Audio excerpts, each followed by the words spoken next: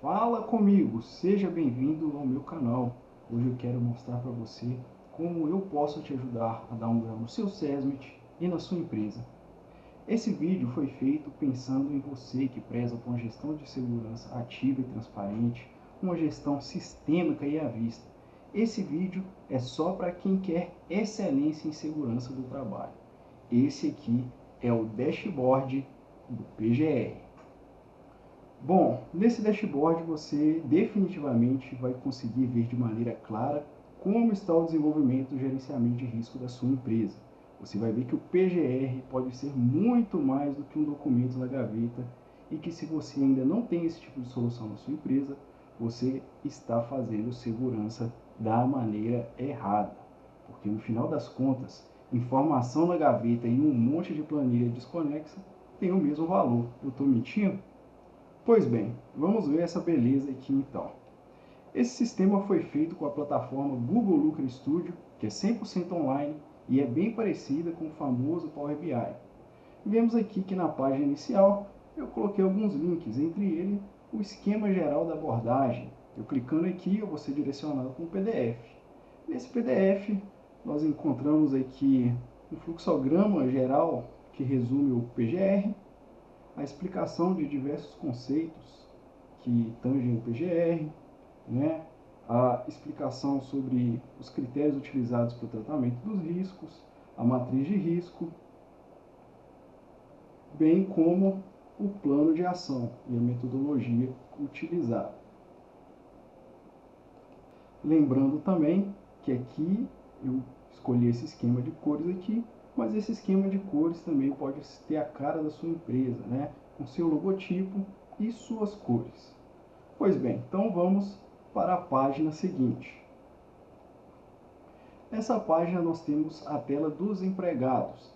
Você vê aqui basicamente uma visão geral dos funcionários da empresa, né? Você vai ver aí os funcionários distribuídos pelo tipo de atividade que ele exerce, pelo setor, aqui a lista geral dos funcionários da empresa, a quantidade total do efetivo da empresa, a média de idade, o tempo de empresa também, que é a média aqui, a distribuição por gênero também aqui. Nós temos 68 homens e 29 mulheres.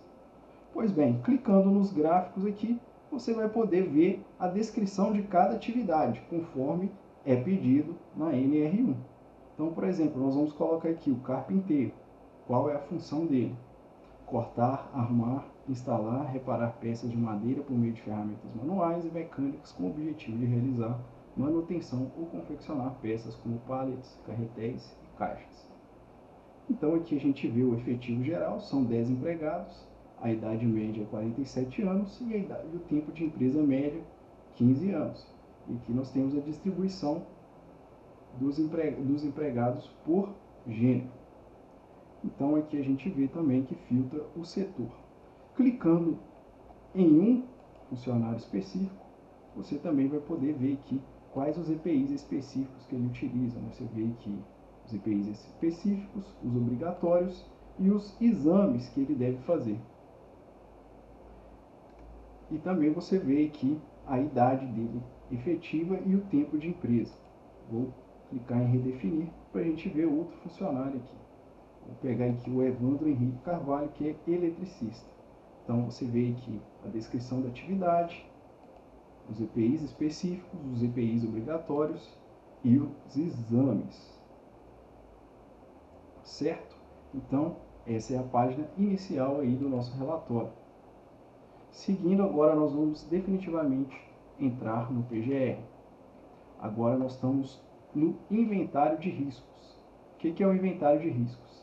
Então, aqui nós temos esse índice aqui, que é o índice da qualidade das condições do trabalho, os riscos especiais, que são os riscos que devem ser enviados para o e-social no evento S2240, e a quantidade total de riscos identificados. Né? Você vê que esses riscos identificados foram identificados ao longo do ano. Né? Isso mostra que é uma gestão comprometida e é um PGR que não está parado, não é um PGR estático, correto? Aqui nós temos uma foto que está vinculada a cada risco, eu vou mostrar isso aí para vocês. E aqui nós temos a distribuição de riscos por probabilidade, severidade e classificação. Então você vê aqui que a maior parte dos riscos são improváveis, grande parte dos riscos tem a severidade catastrófica, né? Que é algo inusitado aqui, se você for comparar esses dois. E no final das contas a classificação é média. Então aqui nós temos uma tabela que é análoga àquela presente nos documentos físicos, né? Aqui a gente tem a identificação do risco, cada risco recebe um número, o tipo de risco, né? Então nós temos os riscos químicos, os riscos de acidente, os riscos físicos, os riscos ergonômicos, o fator de risco, o setor, a causa, os agravos à saúde e a gradação de probabilidade, severidade e, por fim, a classificação. Por exemplo, vou mostrar aqui como aparecem os riscos especiais. Você lembra que eu falei aqui dos riscos especiais? Bem, então vamos ver aqui um risco aqui, ó. O ruído é um risco que deve ser enviado no evento S2240. Então ele está descrito aqui como e-social. Pois bem, então aqui a gente também temos a distribuição dos riscos por setor. Aqui, cada risco que tem aqui, eu já coloco se ele possui algum tipo de controle de risco, né? Então você vê aqui que a maior parte da empresa possui controles administrativos, né? O ideal é a eliminação. Isso só vai ser conseguido a partir do momento que o plano de ação for sendo seguido e a gente for conseguir fazer alguma ação ali naquele risco. Então nós temos a distribuição de riscos por tipo e avaliação qualitativa ou quantitativa, né? Geralmente são os riscos físicos e químicos que possuem um tipo de avaliação quantitativa, na verdade. Pois bem, vamos ver aqui esse índice da qualidade do trabalho, das condições do trabalho. Bom, você pode ver que aqui no quadro geral da empresa está 80%, mas se eu trocar os setores da empresa, você vai ver que ele varia. Por exemplo, vamos colocar aqui no setor da carpintaria. Você vê aqui que o índice da qualidade das condições de trabalho está 75%. Então, abaixo disso aí, o risco vai estar pior, correto? Agora a foto, eu posso escolher um risco específico e colocar aqui, clicar aqui, você pode anexar uma foto ao risco, correto?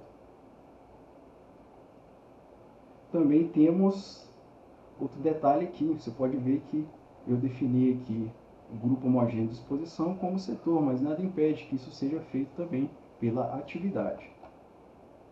Vamos seguir agora para a próxima página. Agora nós temos o plano de ação. Logo em cima a gente vê que os custos totais das ações planejadas, temos a quantidade de ação atrasada e o total das ações a serem feitas, tomadas, né? Aqui a gente tem um pequeno controle, né, que eu posso separar, que eu posso filtrar pela contagem ou pelo custo. Por exemplo, tem aqui que temos 15 ações planejadas, né? Quanto que vai custar essas ações que estão planejadas? Então, a previsão é que elas custem R$ 59.900. Né? Outro detalhe interessante aqui, que o tipo de risco que pode ter um preço mais elevado para ser tratado, não necessariamente é o que tem mais quantidade. Por exemplo, o ergonômico aqui, ele está bem barato de lidar com ele, R$ 3.100, mas a contagem ele é o segundo risco mais comum aí na empresa. Então nós temos o progresso geral aqui, a gente vê que 19,2% foi o avanço. Aqui nós temos a tabela, né? Os riscos que estão na gradação a partir da média, né? O médio, o alto e o risco extremo, né? Lembrando que os riscos muito baixos e baixos não requerem nenhum tipo de medida de controle, segundo a NR1. Então, automaticamente eles já aparecem aqui e a tabela está na metodologia 5W2H. Então você vê a identificação do risco, aquela mesma da página anterior, o tipo de risco. Então temos aí o que, porquê, onde, como, quem é o responsável, quanto vai custar, quando, né, que é o prazo para ser cumprido. E aqui nós temos a contagem dos dias até o final do prazo, né? Você pode ver aqui que esse risco aqui está atrasado, essa ação aqui está atrasada, né? Então ela ela venceu há 11 dias atrás e ela está destacada em vermelho. Aqui nós temos a distribuição de ações pelo setor, pela classificação dos riscos, você pode ver que tem somente médio e alto, e também temos os responsáveis para lidar com aquele risco, né, que seria o quem aqui da tabela. Você vê que a maior parte das ações são de responsabilidade do SESMIT. Então, gente, quando a gente fala de dashboard, Power BI, né, de análise de dados, a gente tem que ter em mente que isso é um processo contínuo, que a gente não pode ficar estático. Sempre temos que revisar os objetivos, né, até mesmo as ferramentas que a gente utiliza para ter essa solução aí. Então, o PGR foi apenas um ponto de partida. A partir do PGR você pode ir muito além. Por exemplo, eu agora vou mostrar para vocês a página de acidentes, né, de cadastro de acidentes, baseado na NBR 14280, que mostra lá a melhor forma de você cadastrar os acidentes. Então, nós temos as classificações dos acidentes, né, a distribuição dos acidentes ao longo do tempo, os dias sem acidente, né, que são aqui os indicadores usuais de acidente do trabalho, né? Obviamente nós temos a quantidade de acidentes total, a taxa de frequência, a taxa de gravidade, o índice ali da taxa de gravidade com a taxa de frequência, os dias perdidos e os dias a debitar. E a gente também pode aqui filtrar aqui se são todos os riscos, ó, todos os acidentes, somente os acidentes sem afastamento e os acidentes com afastamento. Você vê aqui que a taxa de frequência e a taxa de gravidade varia muito, né? Então vamos lá.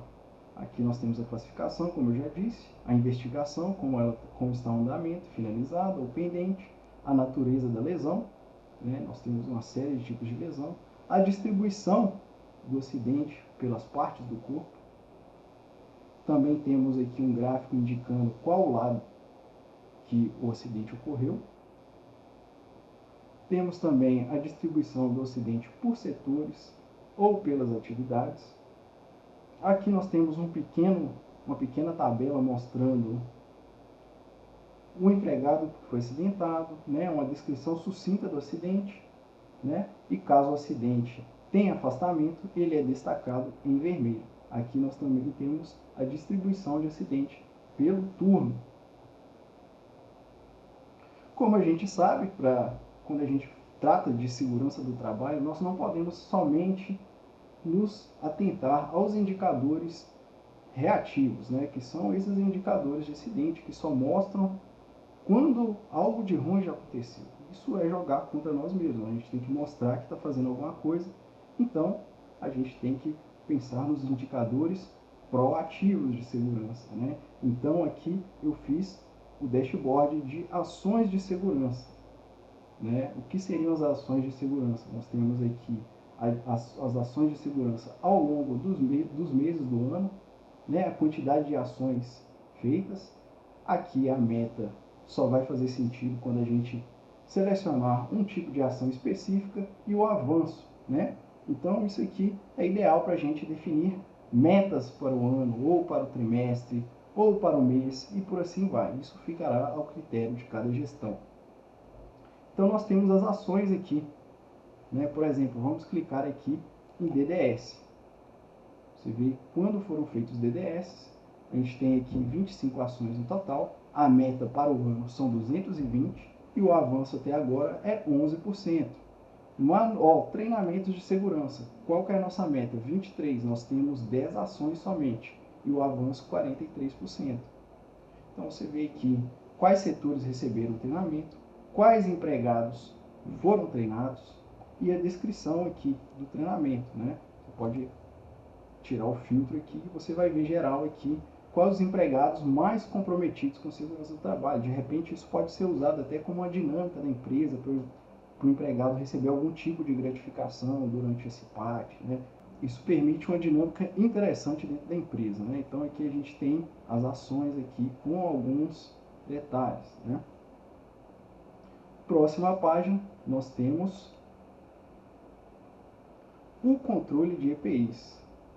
Então você pode selecionar o tipo de EPI aqui.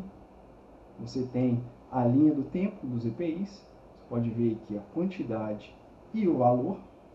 Não necessariamente quando tem mais quantidade de pedidos, nós vamos gastar mais.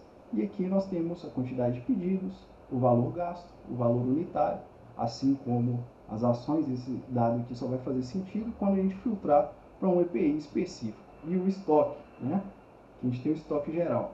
Aqui nós temos uma tabela com a descrição básica dos EPIs, Então a gente tem o tipo de EPI, a marca, o CA, a validade do CA, o estoque, Também aqui a planilha mostra, a tabela mostra quando o EPI o estoque está acabando ou quando o estoque está zerado. E que a gente vê o ranking de EPIs mais pedidos, os empregados que mais fazem troca de EPI, a função que mais faz troca de EPI e o setor que mais demanda trocas de EPI. Então, por exemplo, vamos escolher aqui o protetor facial. Você vê que foi um pedido, foi gasto R$ 48,00 e o valor unitário R$ 48,00. Vamos ver aqui o respirador descartável. Foram 6 pedidos, o valor unitário 4, portanto gastamos R$ 24,00 no mês de julho de 2023.